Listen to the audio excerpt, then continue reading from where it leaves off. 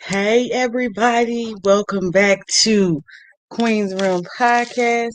I look exceptionally bright, and it's because of these lights. So hold on. It's too bright. Too much. It's too much. It was it was too much. Let me slide back in here. It was too much. Now it looks like there's a halo over me, but I'd rather do the halo. You understand? In my lopsided buns. But welcome back to Queen's Room Podcast. I have a special guest that will be joining us. Let me get that right because it looked like something in somebody's face. In my face. I have a special guest that will be joining us in a little bit. But today, we're going to be talking about has how you've grown up, the way you were raised, influenced your dating style. Now, yesterday, if you didn't catch it, it is on my IG. So follow Samia Chattel. I will put that in the description box eventually. Follow Samia Chattel on IG, and Samia is SAMIACHATEL, and that is the IG. Or you can follow Queen's Realm LLC on IG, and it'll be on there for you. Because yesterday we talked about are you you're listening, but did you hear me though? Really, really, really good stuff. A really, really good article. But let me go on over here and go live on the Instagram now. Let me I don't have to sign in, but I gotta sign it. You know what I'm saying? Yeah. So let's go over to the Instagram right now and go live. Let's go live over here. He hit me with the good old checking connection. Okay, hey everybody. I already said hi because I am also live on Queen's Realm Podcast on YouTube right now. Sorry for all the notification sounds. Let me go ahead right now and put that on Do Not Disturb. All right. Today we're talking about has how you've grown up influenced your dating style and how you date. And I got, what I'm saying, some notes, some bullet points again. Another article that I found that interested me. And I'm trying to do a little bit more research this time around before each episode so we can have some good bullet points, some good points, some good things to go off of. All right. So this particular article is called "The 18 Habits from Childhood That Affect Our Relationships Now." And the first point from this article, which is on Oprah.com. Again, the name of the article is 18 Habits from Childhood That Affect Our Relationships Now. Hey, Jess, I see you. That's our special guest, everybody, Miss J. So when she's ready and got herself together, she's going to hop in. But 18 habits from childhood that affect our relationships now. And the first point was abandonment. If you've been abandoned as a child, that definitely plays a role in how you date and in your relationships, because being abandoned young, as you get older, if you have abandonment issues, you seem to cling to people faster, or you have this fear that everybody's going to leave anyway. But for the article, they said people will cling to others because they're afraid of being left and don't feel important relationships will last. They're usually attracted to partners who cannot be there in a committed way. So in this instance, like I was saying, you have this fear of abandonment. So you attract people, or you go to people who won't commit to you anyway. So it'll just keep perpetuating and keep adding to that cycle. Oh, everybody's going to leave me anyway. Not all the case. The people you pick are people more likely to leave you. So that's why you keep getting abandoned, because you keep going for things that are not available emotionally, physically. They're just not available to you all the way. You get in relationships or situationships or entanglements whatever you want to call them, with people who are not going to stay. So when they leave or something happens where you're forced to leave, then it's, oh, I knew they was going to leave me anyway. Oh, I knew I was going to be left alone anyway. And that's not necessarily the case. That's just what you picked. Like you attract what hurts you on purpose to keep feeding into this idea of everybody leaves me anyway. So that's the abandonment one. The next one is emotional deprivation. So most of the time, these people haven't had someone nurture them to care deeply about everything that happens to them, or they haven't had someone who has tuned into their true feelings and needs. So that means, when people make the joke of, ain't nobody, you must need a hug. Ain't nobody ever hugged you before or something. It's people out there who've never gotten a hug. They've never, like with the listening and communication we were talking about yesterday, they don't have a safe space to vent to. There's not a safe space meaning a person that a safe space, a person that you can be vulnerable with and open with. They don't have that. They've never had it. So they don't know what that looks like. They don't know what to do with it when they do get it. Oh, my throat crooked. They don't know what to do when they do get it. So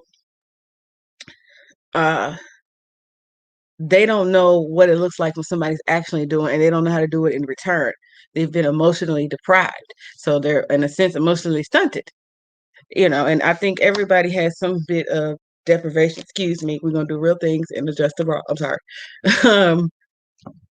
They have been stunted. They're stuck in that space because they've been emotionally deprived. So they don't know how to express emotion, show emotion, and they don't know what to do when somebody else expresses emotion to them.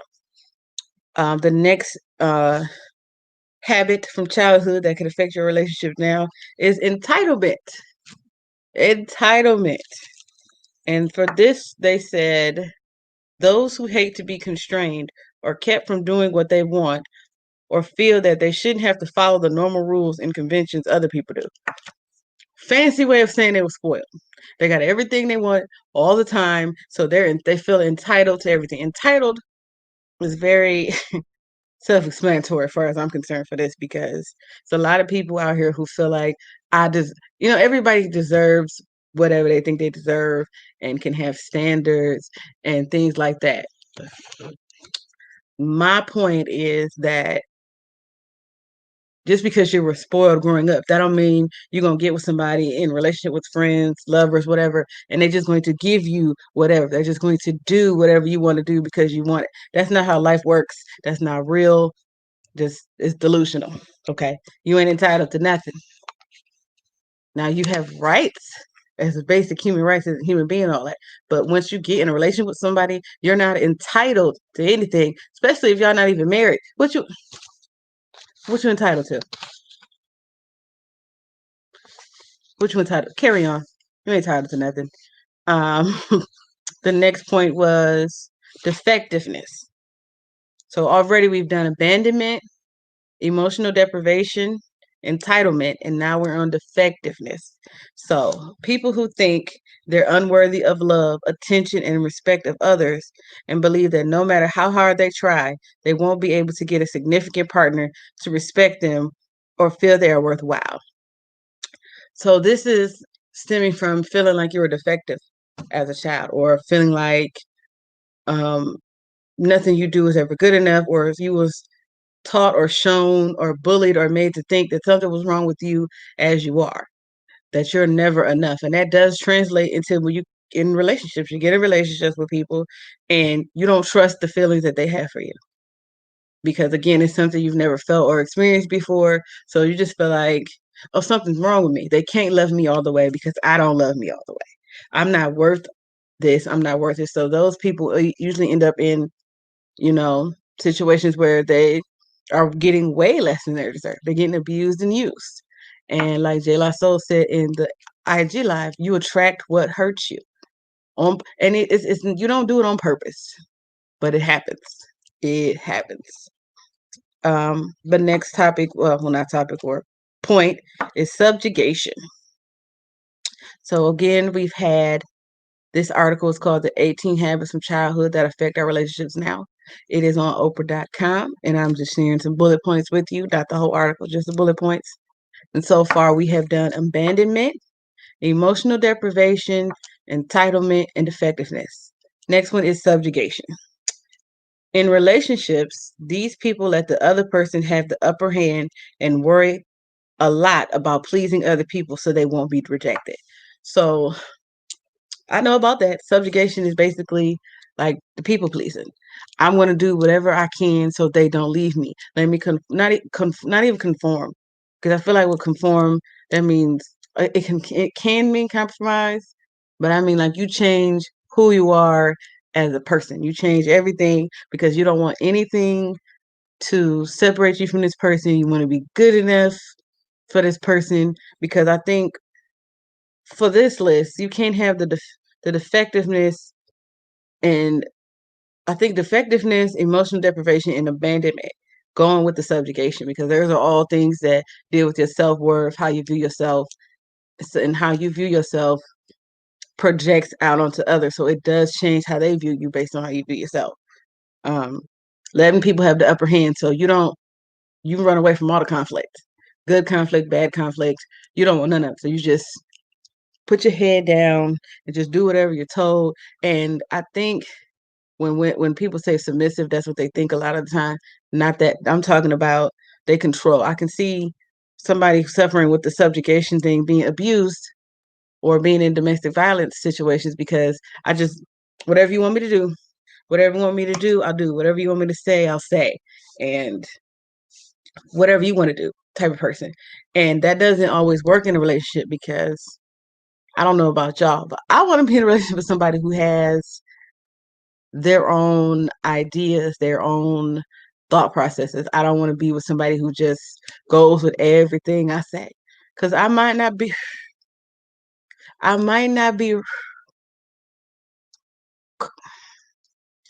not, I might not be correct. whew, I might not be correct all the time. So on those times and those rare occasions where I'm not correct all the time. Anyway, moving on. Subjugation. Now we got unrelenting standards. And people say high standards. I feel like everybody should have high standards for themselves and their relationships, not even just romantic relationships, but the relationships in their life in general. But unrelenting standards, I think, is like you make these standards so unobtainable. You know good and well ain't nobody meeting these standards. You don't even meet these standards. That's what I think of when I see unrelenting standards. But it says people who must be the best at most of what they do and feel there's a constant pressure to achieve and get things done. Their relationship suffers because they push themselves too hard. Okay, so what I just said ain't what this is, but that's okay. This is, I will tell y'all what one of these I identify with. I identify with the effectiveness of being bullied and abused. Uh, I have experience in some emotional deprivation, so I know that's one of the things, the traits that I have had. Because we're gonna be honest and real, everybody is something on this list, if not multiple things, like me. The unrelenting standards. For me, I think of that like the type A personality, which I have that sometimes because my friends and people around me, I have to be the best at everything. Everything has to be perfect. Everything has to be just so. But when you put that in a child and when they're young, or they're pressured, or sometimes it's pressure we create where ourselves as a child. I gotta be perfect because I'm not good at anything else. So let me find something to be perfect at, something to be good at, and then you end up with these unrelenting standards. And relationships do suffer because you get to a point where you're a workaholic. You got to be doing something all the time or productive, and you get tired. You don't want to do nothing but work. You don't want to do nothing but work on being the best, but you're not working on being a wife. If you're married, you're not working on being a husband. You're not working on being a better friend. You're not working on being a better mother, father, family member, nothing. You're not working on nothing but work.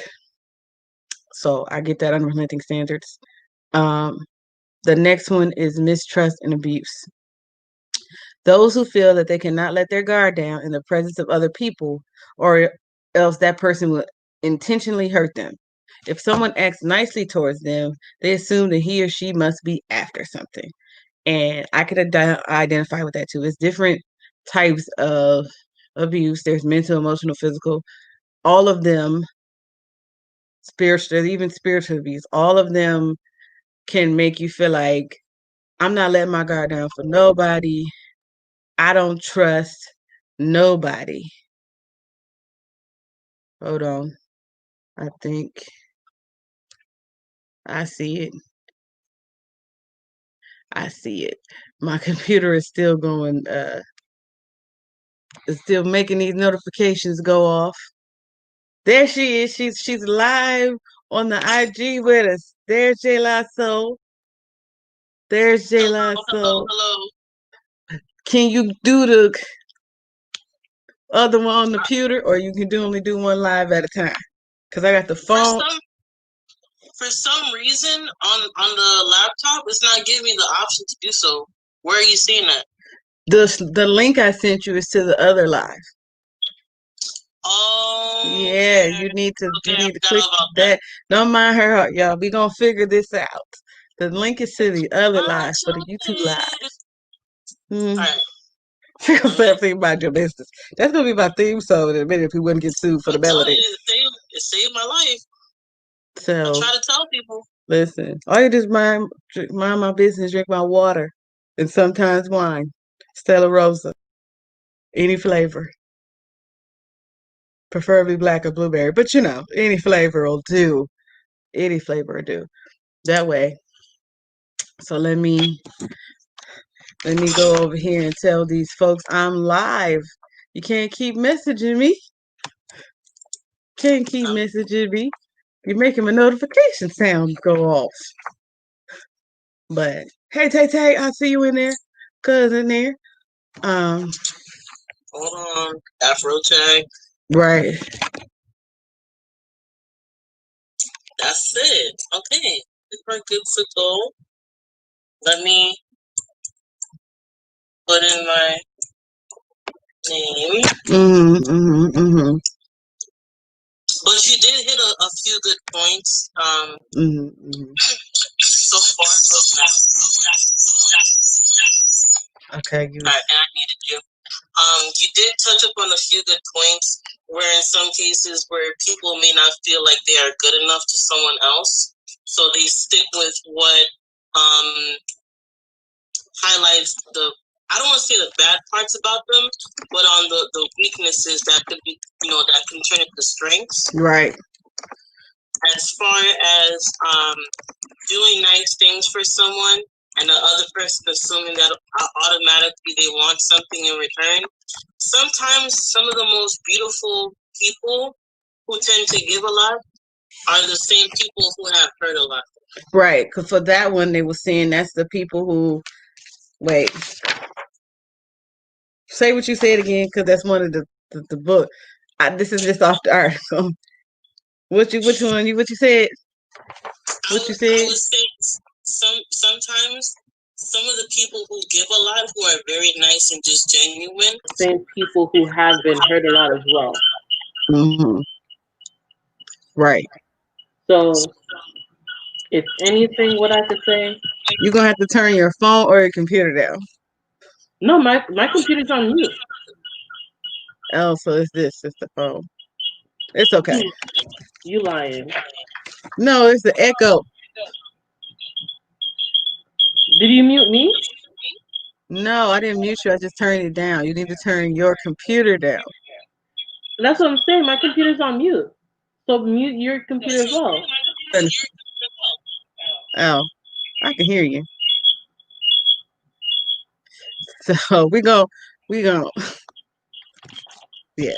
Better? But yeah, it's just a delay. Hold on, we're gonna do this. I'm gonna end the IG, y'all. Y'all gonna have to come over to YouTube. Queen's Room Podcast on YouTube. We live right now. We still live. I'm gonna try to go live on mine. You can turn yours off. Okay. Just so it's not no echo. Okay. Hold when on. you talk about not trusting, that's that's kids who have been taught to mistrust and kids who have been abused. Correct. So that's the reference they gave that. Um, I'll do that in a minute. And the next one, so far, Mm-hmm. without you, I've done abandonment, emotional deprivation, entitlement, defectiveness, subjugation, unrelenting standards, mistrust, and abuse. So the next point is self sacrifice, and this is people who put others' needs before their own, or Right. else they feel guilty and usually end up taking care of the people they're close to. And this usually happens, they said, with kids or young adults who were forced to be put in a parental role as a young age, or if they had to take care of somebody at a young age. But you know, it's very interesting. No, Mm-hmm. no one forces you to do anything. At the end Mm-hmm. of the day, it's a choice. Well, Because when you're like, I mean, they seem like when you're like 9, so you don't know any better because let me give you an example. For article, what they mean is like you're 10 yeah, and your dad leaves the family, so moms will tell the son, "Okay, you're the man of the house now." So that role is put on him, and he's pushed into being a man of the house. That's a generational thing. That's what they mean because all of these points are. It's a therapist who wrote it. It's just things he's noticing that happened to children as they were younger, yeah, and what's they call it a schema, whatever it is that they have now. So and that what? then Yeah, yes, I do agree, and I don't want to say that I blame, but I'm just disappointed that parents would do that and yeah, put the child, yeah. because like you said, they don't know any better, Right, and they just do what they told. children feed off of what they see, you know, Hmm. and then they feed off of what they hear. Right, right. They're visual learners. And I want to know, Hmm. how do you expect a young boy?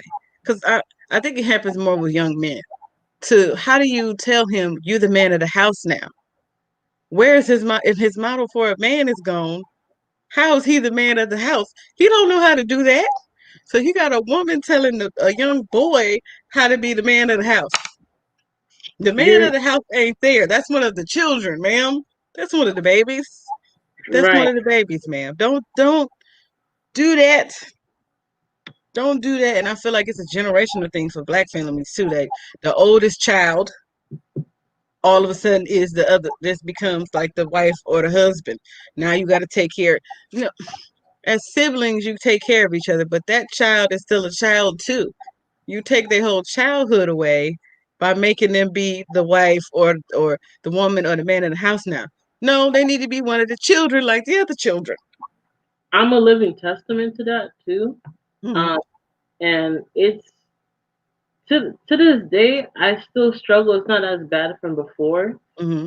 Just learning how to enjoy my youth Hmm.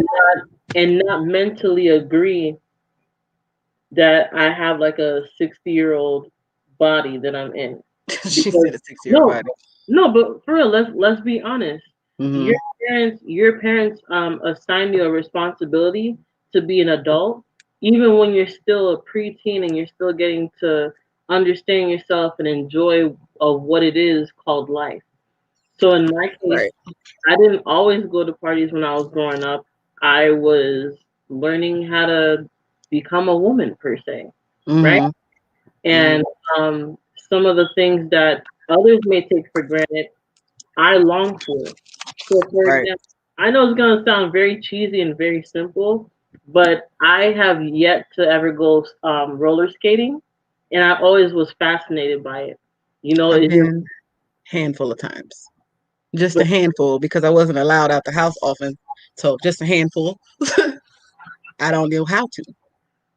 but So for that, I always long for it because I'm like, I wonder what it sounds. My first concert actually was last year. My very what? first concert. That's what I'm saying. Like I had to grow up so quick, and like Mm, everything that people do on a regular day basis that they may take for granted. mm. I'm over here. I'm like wishing like I could experience it. My first concert was last year, so I've been That's having a lot of crazy. Yeah, I've been having a lot of firsts these past couple of years. It's rewarding, don't get me Mhm. wrong, but in the same turn too, it's like I just kind of wish I got to enjoy it while I was younger. Right. And And like house parties and stuff. Like I've never yeah, been to a house party. Now we did have this thing here in Flint. It was the bingo hall and it was like the teen dances. hmm And I could go to some of them some of the time. hmm But yeah, I was just, and I would hear the story. You know, you hear the stories about what happened. You'd be like, really? Man, dang. I wanted to go. But whew, that's that self-sacrifice. The next point is social isolation. And the therapist was talking about how you have people who shelter their children, who their kids ain't allowed to do anything or go anywhere. They're not allowed to experience anything. They can't do anything that may or may not hurt them. They don't get, sheltered. And we ain't talking about just homeschool, guys. I'm talking about like sheltered. Like, don't look over there. Don't watch it. And especially in Black Christian houses, that's you me. I'm you on the can't watch that because that's the devil. Don't play. That's the devil. Don't do that. That's witches and warlocks. Don't do that. Instead of teaching your kids how to have strength and faith and to recognize spirits and stuff, you just make them not. They don't expose them to nothing. So when they go into the real world, it's almost like being Amish but not being Amish.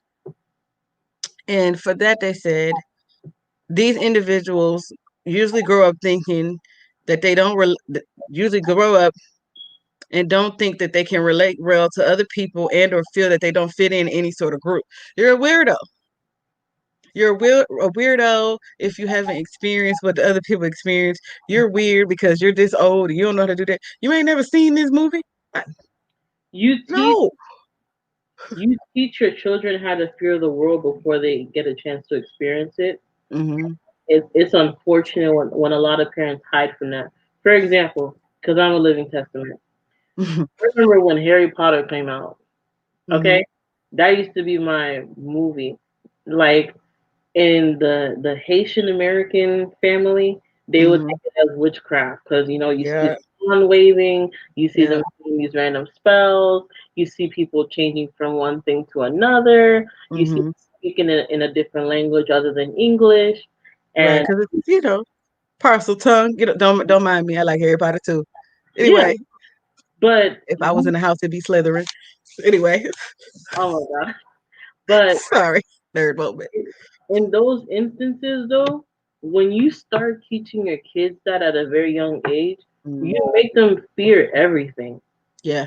Like Yeah. I'd rather that you at least you watch it with your kid and you see what it's about before you Right. prejudge and automatically, you know, cast away. Because let me tell you something. I think if I'm not mistaken, it was SpongeBob or another cartoon show where there was subliminal messages, and it's now until the new millennial where people are breaking down the episodes and saying, "Yo, I did not know this was promoting um what you call it interest in the same sex." Mm, Promoting people who are gay, and mm, no pun intended to anyone of that, mm, but I know that's one of the $1 million topics, especially when it mm, comes to Christianity. mm, Um, or what was another one? It's just different variations. It's like you right. can't run away from it. Either way, the devil likes to disguise himself in some of like even the most innocent things that you see on television. Yes. So Yes. you really can't put your finger on what's acceptable and what's not acceptable. Because Right. what you think is probably not good, may be one of the helpful things to assist your children into understanding certain things in life. Right. And then one thing I noticed is the more that I strengthen my own relationship with God, I Hmm see God in everything. Exactly. And on Even what some people would deem demonic or whatever, them people, everything is demonic to some folks. But I see God in every single thing, everything. It is impossible for me now at this point to not see him in something.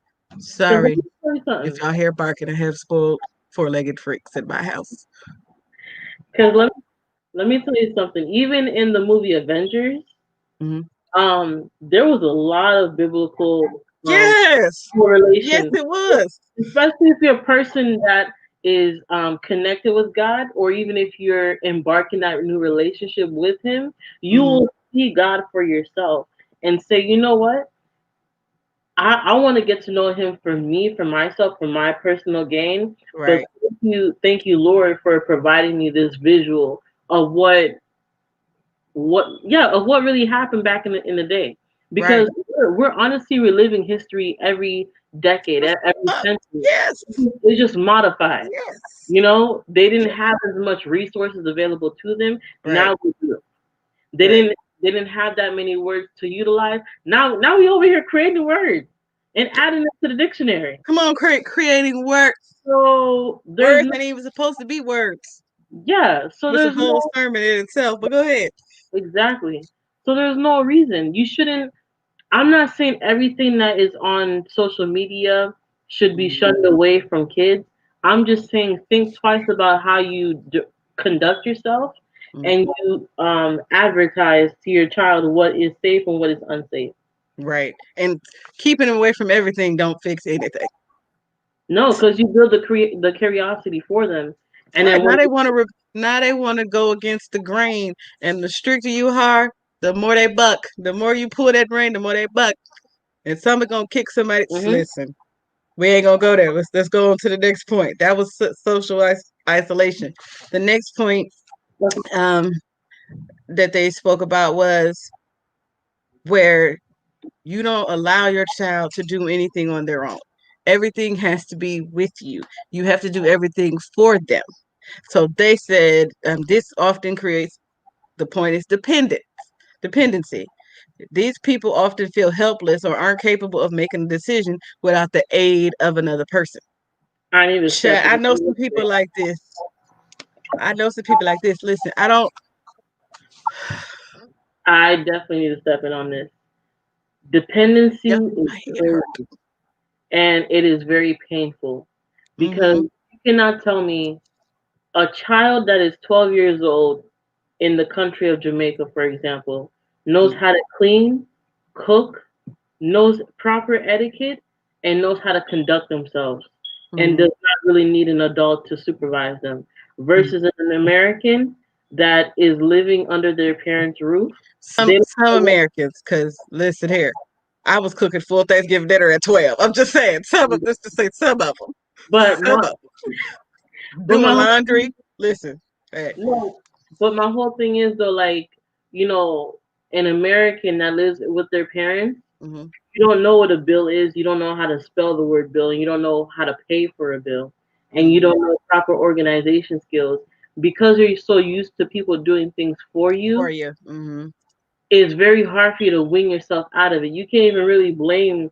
the person that's providing you the assistance. They're part of the problem, but mm-hmm, you make it more of a problem yourself mm-hmm. because you don't train yourself to actually, step away from the person that's helping you and attempt it yourself. So you have understanding and you're able to teach someone. Right, and I also feel like for the parents, if you let these children, first of all, children can have feelings. You need to teach them the proper way to deal with those feelings. Children are going to hurt themselves. Children are going to things are going to happen because they're children. They're going to grow up. They're going to fall. You know what I'm saying? It's okay. And You there are cannot do everything for them. But let me do it for you. Well, let me do it for you. Well, you're not doing it. Have you showed them how to do it? So all you're doing is creating the dependency on you. And you wonder why people 75 and still live at home. When have you let it go? children love dependency. I tell you that. They will only come to you when they need the help. Notice the key word, need the help. It's The the same children. thing. Exactly. It's Yeah. the same thing with God. Ooh, God is not going to hold your hand the whole way through from start to finish. Only when you need Him and when you surrender to Him. Not child. because you gave up, but because you realize that you can't do it on your own. You do Right. need help. Because You there's do even certain things God wants you to help exactly. yourself. Because You faith exactly. without works is what? Dead. Dead. And what about this?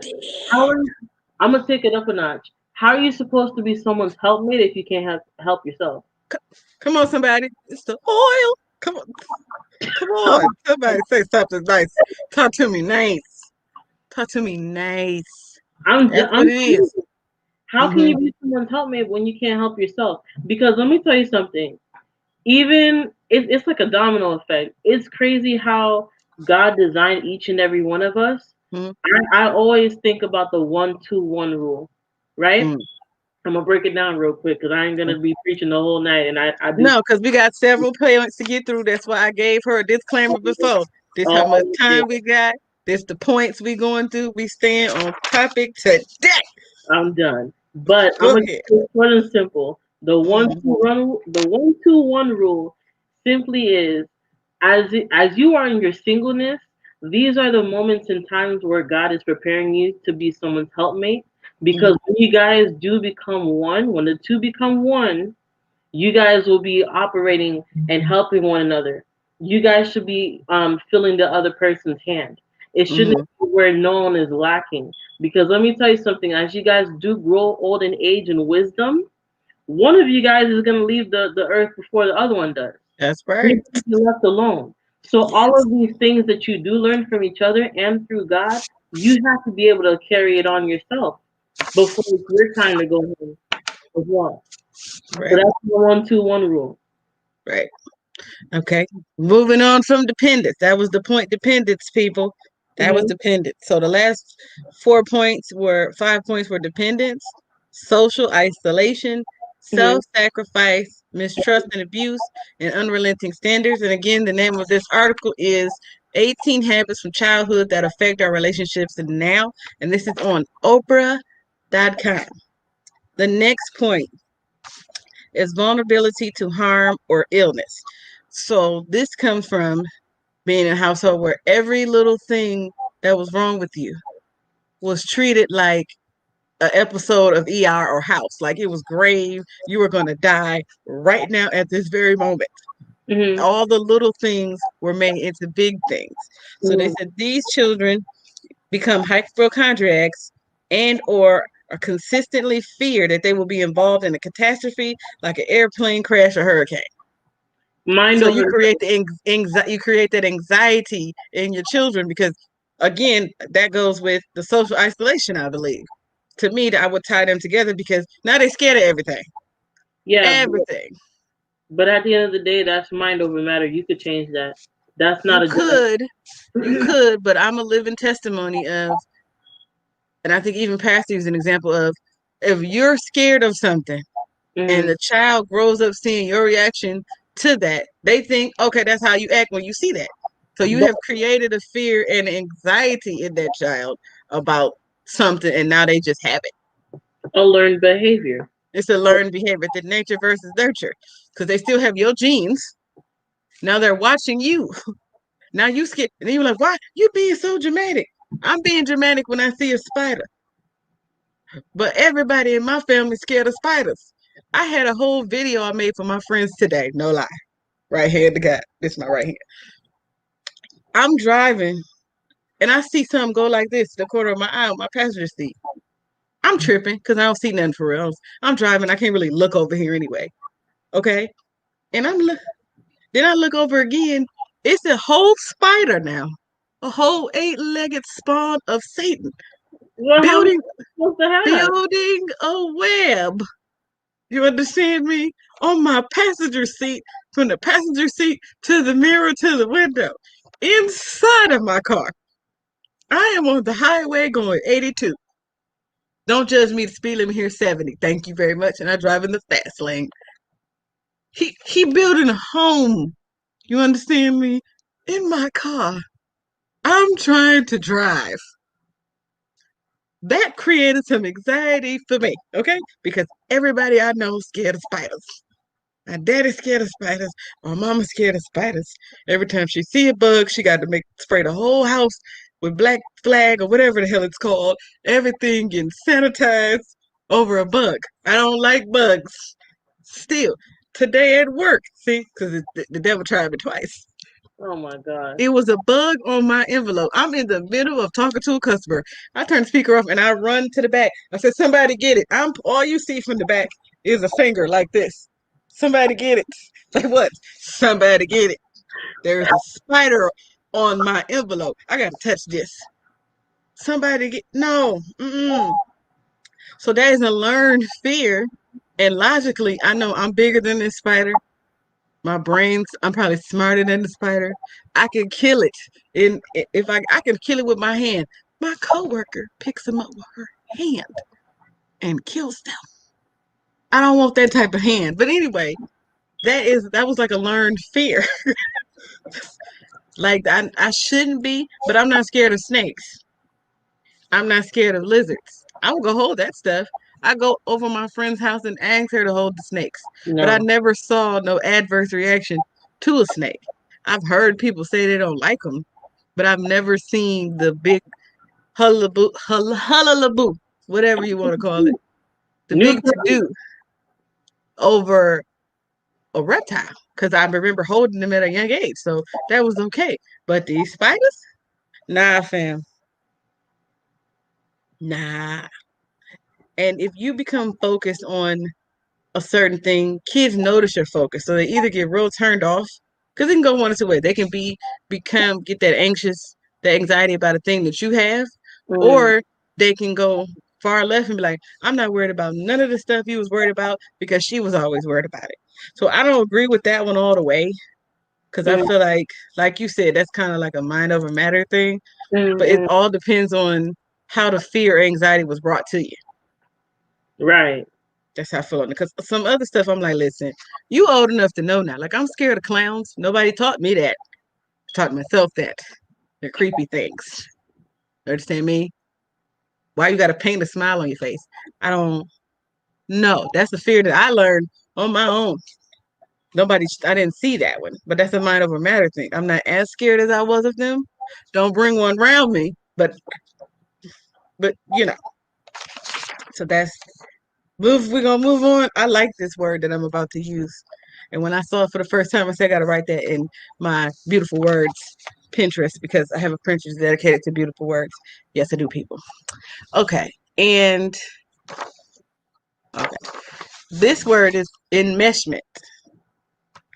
Enmeshment. It is a real word, people. I didn't make it up. Hold on. See? You see it? There. In enmeshment. Okay. I gotta put it. It's the opposite. Enmeshment. And it says young patients who have a weak sense of personal identity and habitually cling to or mesh with other people to do so in order to feel like a complete person. That's identity. That's identity. You don't know who you are, so you merge your personality with somebody you know. Or you get in a relationship or friendships and you become that other person. You don't have a you. You never got a sense of who you were as a child. You were made to conform a lot Mm. to everybody's idea of what you should be, and you're never allowed to explore you being yourself or you being you. So That's that right. identity thing, that's a deep one. That's like one of the smallest sentences on here, but that's deep. You But habitually clean. mhm. Go ahead. You don't even give permission for people to actually enjoy you for who you are. Woo. That's the Woo. very thing. Right.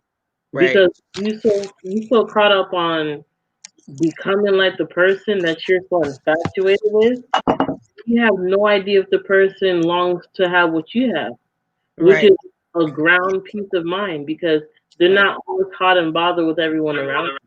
Right. Right. Right. And you don't give yourself permission to be who you are. You don't even find out if it's okay to be you because you don't even try to be you.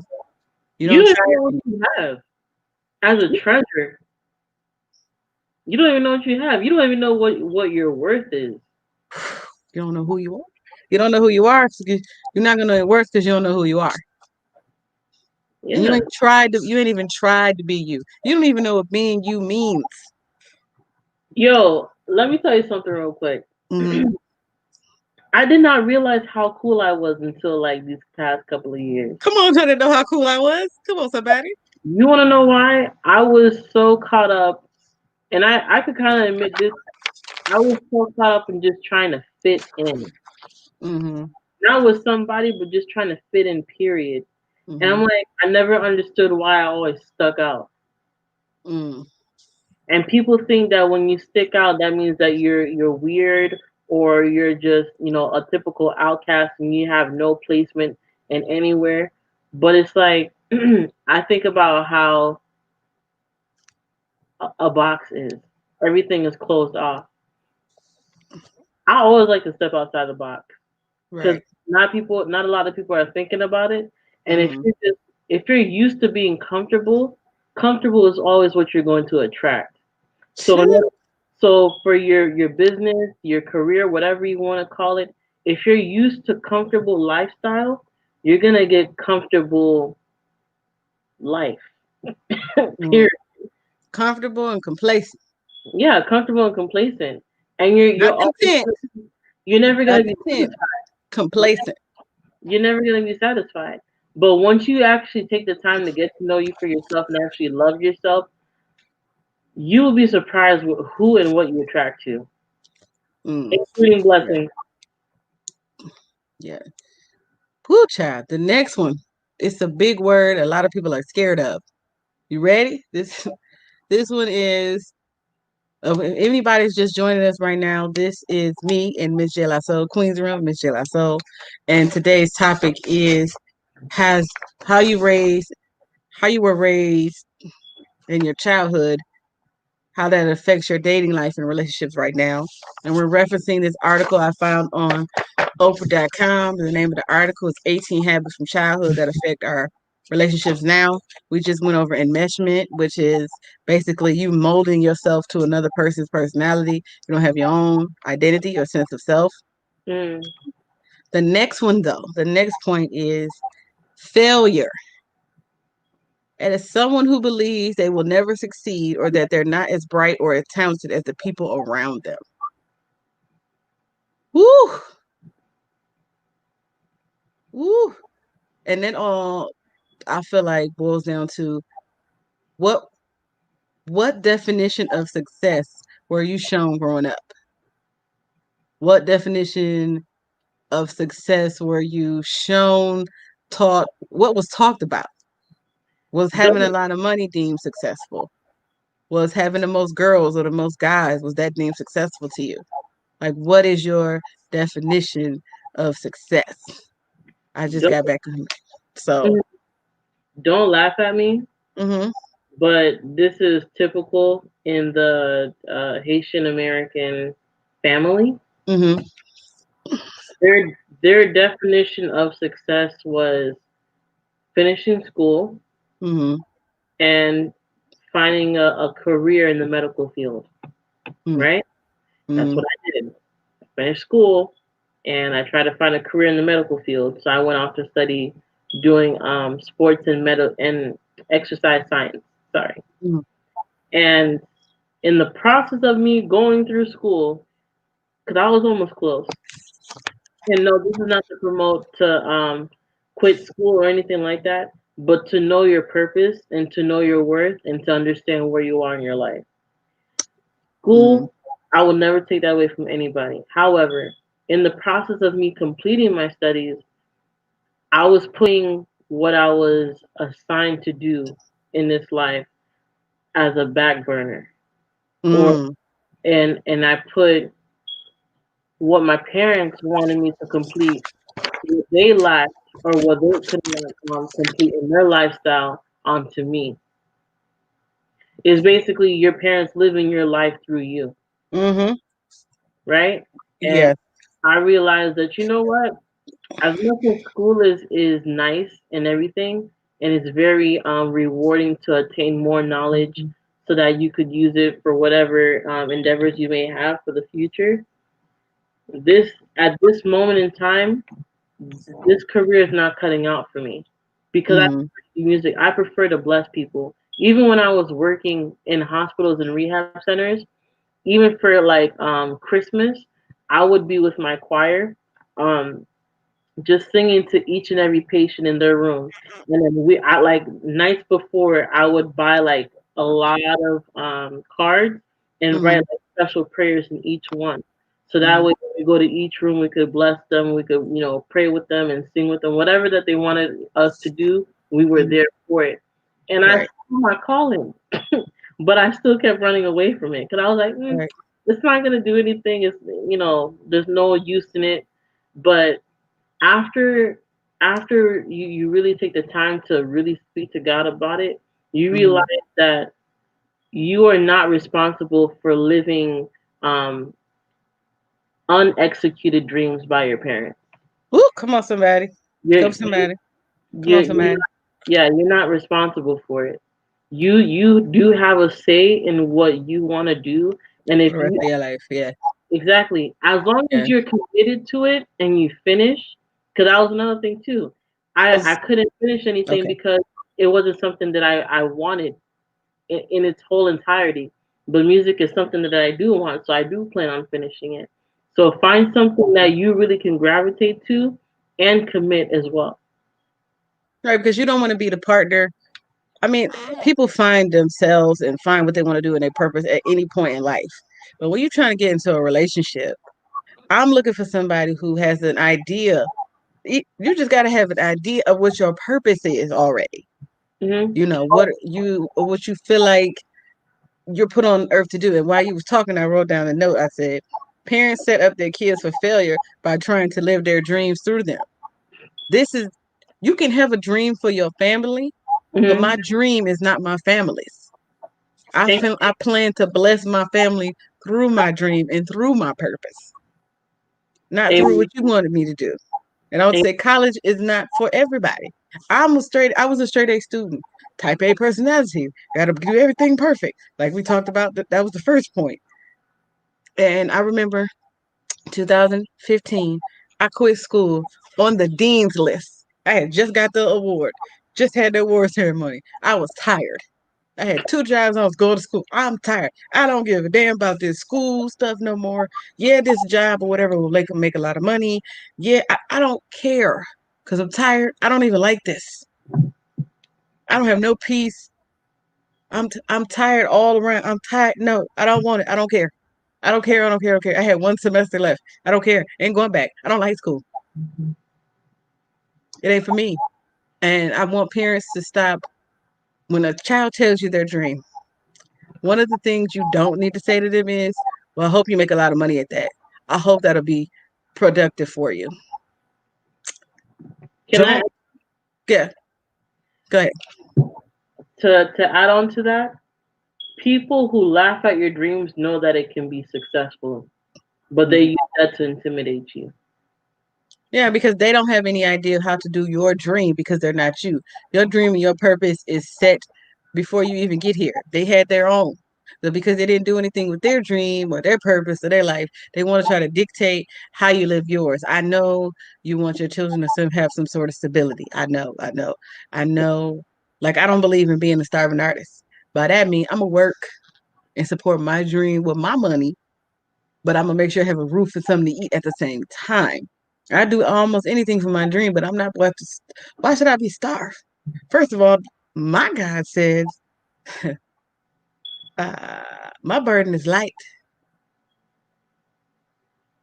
I don't do the hustle and flow like our parents say. I just want the flow, and as long as I'm in my purpose, things will flow. So Mm. that's all. That's it.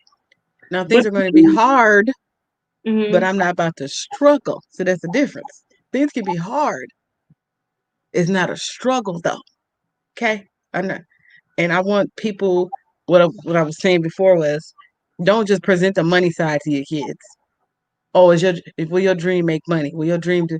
That is not the end all be it all in life because you got a lot of rich people who commit suicide. They have money. Rest in peace, Anthony Bourdain and Kate Spade, Chris Farley. All these people committed suicide. mm, They had money, mm. fortune, and fame. Now, were they working in their purpose? I don't know. Only them and God know that. Were they happy in their peace? No. You know how I know? Because they committed suicide. Mm. So don't just push the narrative that, oh, the money is what's the part that's going to make you successful. They weren't happy with themselves. Money everywhere, just everywhere. That didn't do anything for them. They can't take it to heaven. God don't care if you're rich or not.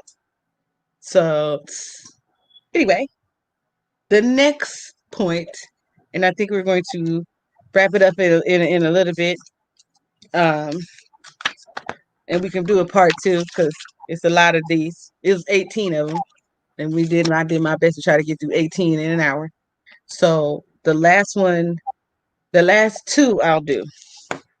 Matter of fact, the last one, because I feel like the one I'm about to say, we're gonna talk about that for a second. The last one I'm gonna do today is insufficient self control. Mm. Those who lack self discipline and want to quit a task at the first sign of frustration or failure. People with milder forms of the schema will give up personal satisfaction or fulfillment in order to avoid conflict or confrontation, and they could be described as a slacker. Mm. Let's talk about this first part right here.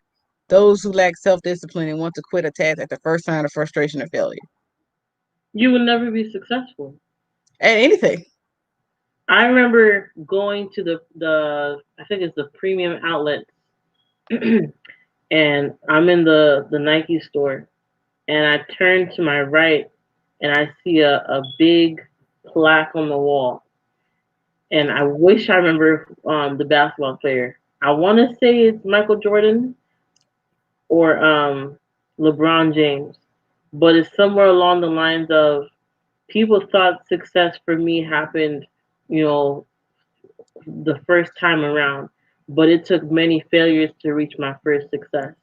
Meaning that Mm, if you really think that you're gonna flourish in life by doing it one time and expecting it to be perfect, just know anything can happen at any given moment, and your true form of success is what it's not what happens when you're up, it's what happens when you're down.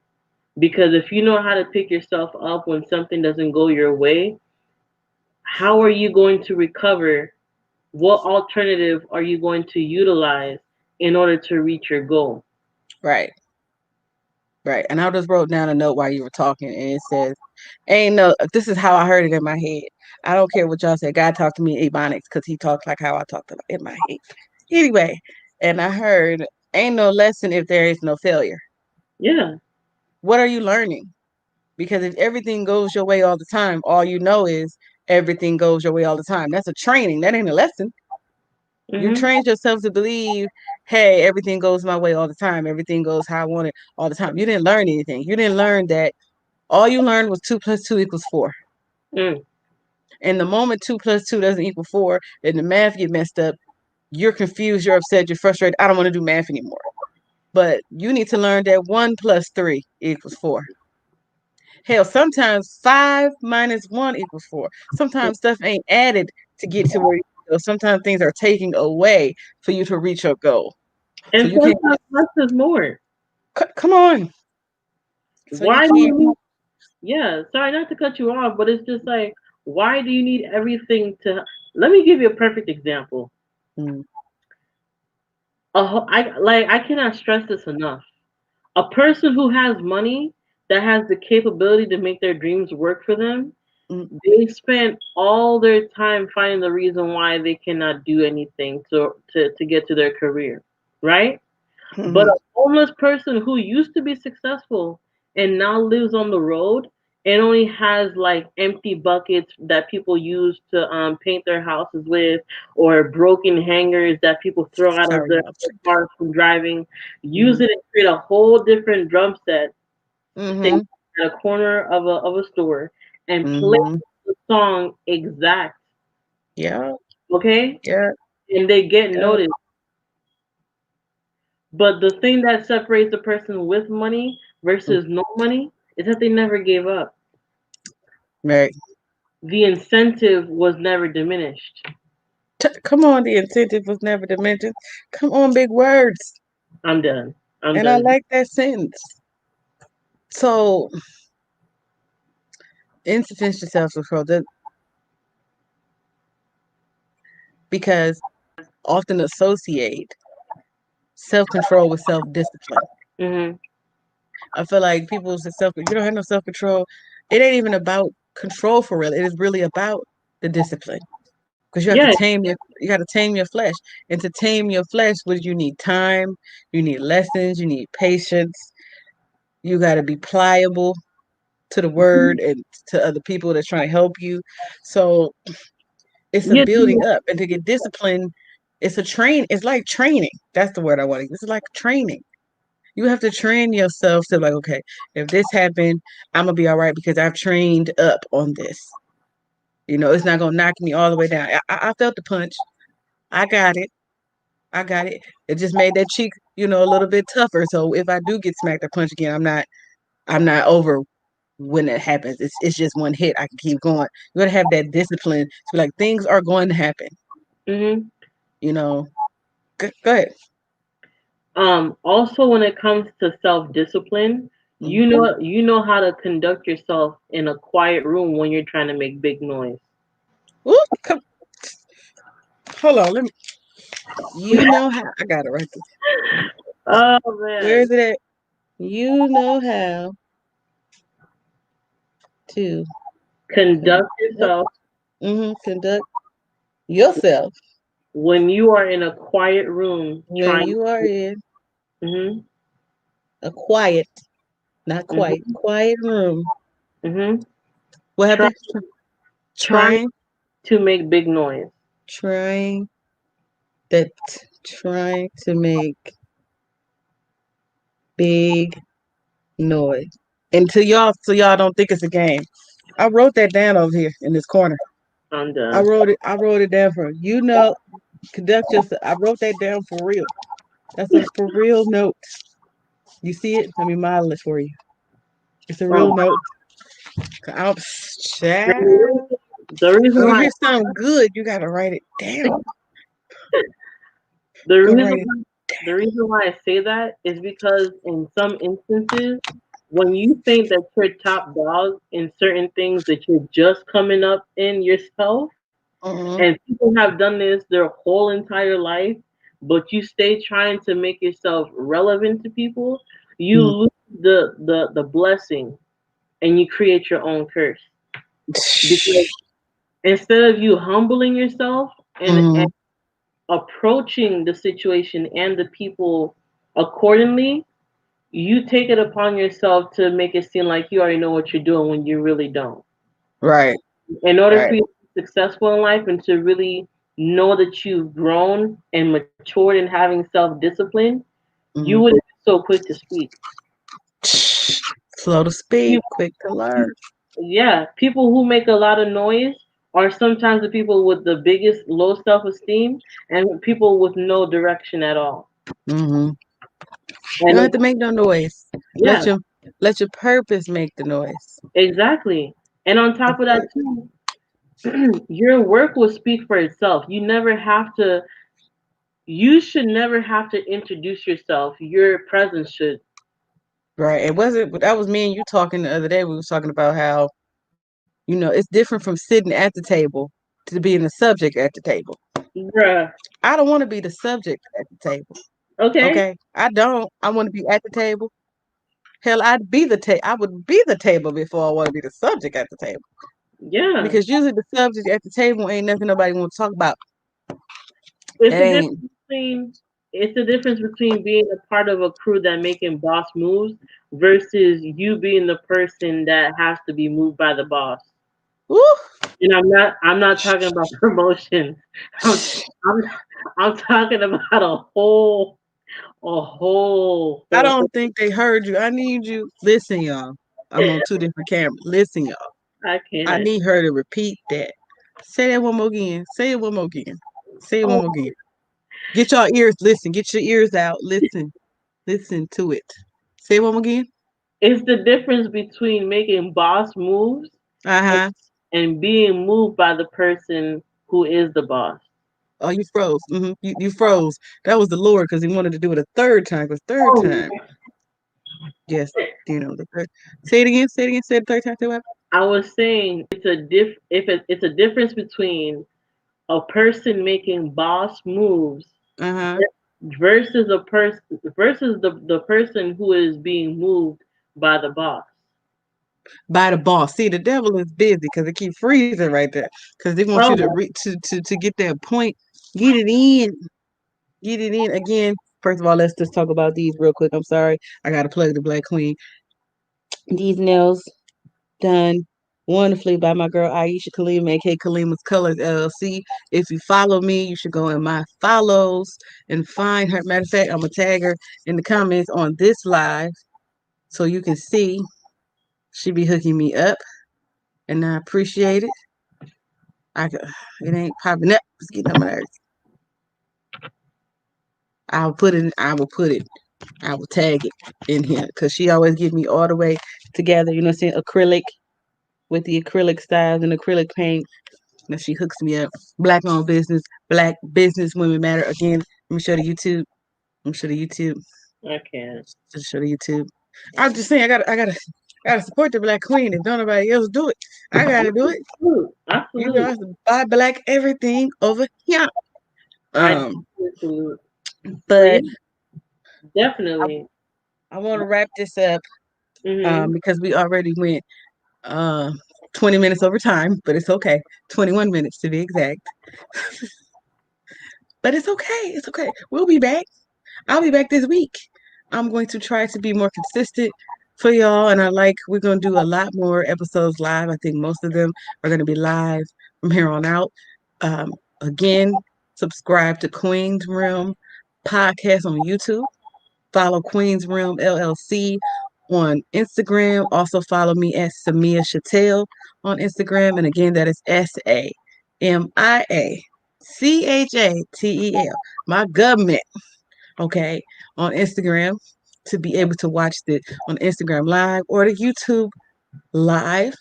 Um, this definitely, whenever me and her get together, it always end up being more than one part because we get to going. And I told her beforehand, I said this episode gonna be this long, I tried, 45 minutes. but when God moves, I got the points that we gonna stay on points. We gonna I said that, but she be talking so good, I don't want to stop her. You see what I'm saying? When the word come in, and I be talking good too. I'm just I know what I be saying. You know what I'm saying? But when it's good and it's helpful and it's feeding your spirit, and it's all in your secret place, you can't help but want to keep going on the subject. But this was how does the dating and your relationships now in life, how they're affected by things in your childhood. Again, the title, sorry, not topic, was 18 habits from childhood that affect our relationships. Now, affect, not effect. Look at the A, okay? Affect, not effect. I'm gonna need y'all to get those in order. I want y'all to stop. Sorry, I gotta go on a tangent real fast. It's my first one of the night, so I'm proud. Affect and effect, angel and angle. Because I remember when my great granny died. Rest in peace, Waddy Jameson. One of my cousins got on Michelle Obama's internet and said another angle has joined in heaven. And I was, what angle? Obtuse or acute? Stop that. Okay? It's cologne, not colon, there, which means our, over there, and they are. Stop saying am stuff too. Okay, I'm sick of it. Stop saying am stuff. Am going to the store. No, I'm going to the store or I am. You don't use half of that contraction. If you're going to use, you don't, that's the reason it's a contraction. oh my God. Am is not short for I'm. I'm is already the contraction. That is the short version of I am. Do y'all hear me? Stop. That was my queen rant for the day. Queen rant. Listen, I'm gonna start calling them listen rants. Listen. There it is. New segment, y'all. Last 5 minutes of every show gonna be the listen segment. That was y'all listen lesson for today. Cut it out. If you're not sure, ask Siri. Google thesaurus. Jump in that Webster's.